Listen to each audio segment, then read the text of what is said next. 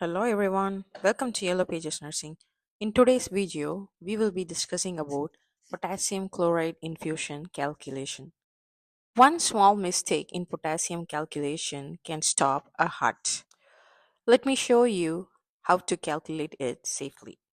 Before entering into the session, if you have not subscribed our channel, please subscribe our channel and do not forget to hit the bell icon to receive instant notifications. Let's get into the topic. Let's go with an example. A 65 kilogram ICU patient has serum potassium, which is 2.8 milliequivalent per liter, which is severe hypokalemia. The patient is on cardiac monitor and central line is in place. Physician order is start KCL infusion at 15 milliequivalent per hour, recheck serum potassium in 2 hours, and available solution is 60 milliequivalent KCl in 500 ml normal saline. So, how do we do this calculation? Step 1. Finding concentration, that is milliequivalent per ml.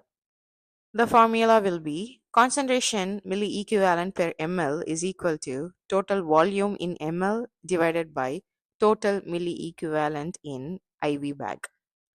Here, the IV bag contains 60 milliequivalent potassium chloride in 500 ml normal saline. So, applying this in the formula, we get 60 divided by 500, which gives 0.12 milliequivalent per ml. Next, step 2 is finding ml per hour. The formula will be ml per hour is equal to desired milliequivalent per hour divided by concentration milliequivalent per ml. Here, the desired dose is 15 milliequivalent per hour, which is the doctor's order, and concentration milliequivalent per ml is 0.12 milliequivalent per ml, which we did find out in step 1.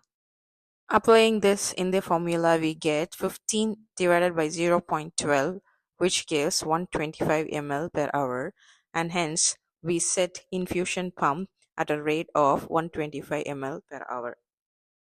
When we consider this example, applying two formulas for a single calculation is sometimes difficult, and hence we come up with one single formula to do the same calculation. Let's see what it is.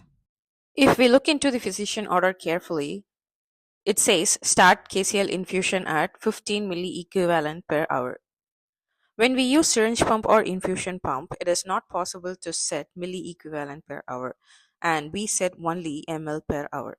So in order to convert milliequivalent per hour to ml per hour, the formula will be desired dose multiplied by quantity divided by available dose. Here, the desired dose is 15 milliequivalent per hour, which is the doctor's order. Quantity or volume is 500 ml of normal saline. And the available dose will be 60 milliequivalent, which is the concentration of potassium chloride in that 500 ml normal saline.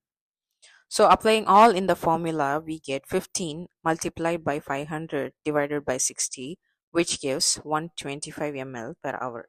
And so we set 125 ml per hour in the infusion pump. The calculation is not over yet. Step 3 will be verifying infusion rate safety. In our example, ordered rate is 15 milliequivalent per hour. Normally, the recommended rate of infusion of potassium chloride in a peripheral line will be maximum of 10 milliequivalent per hour, and in central line, in case of ICU, it is up to 20 milliequivalent per hour with cardiac monitoring. In the case scenario we are discussing, the patient is already on cardiac monitor and has a central line in place. So we are good to go with the ordered rate, that is 15 milliequivalent per hour. Next comes doctor's order of rechecking potassium in 2 hours. Why has the doctor ordered a repeat potassium in 2 hours? Because rapid correction can cause hyperkalemia and life-threatening arrhythmias. So in this case, we have given 50 milliequivalent per hour. So after 2 hours, the patient would have received 30 milliequivalent of KCl. If the repeat potassium level becomes 3.4 milliequivalent per liter, then we might be reducing the infusion of potassium chloride according to doctor's order. If the level falls between 3.5 to 5 milliequivalent per liter, then either stop or switch to maintenance dose. If it is more than 5 milliequivalent per liter, then we do stop immediately. This is an example and not recommendation. You can follow the hospital policies in titrating or stopping the potassium chloride infusion based on the potassium level.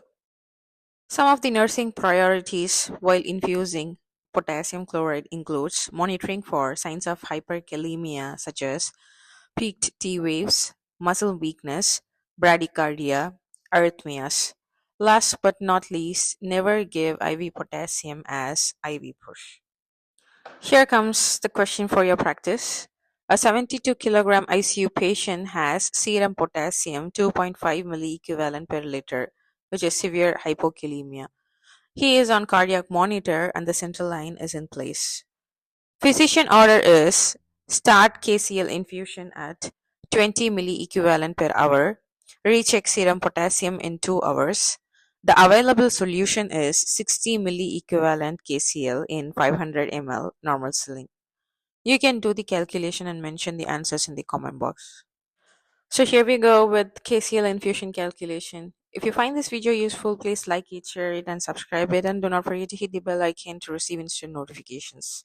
Thanks for watching and have a nice day.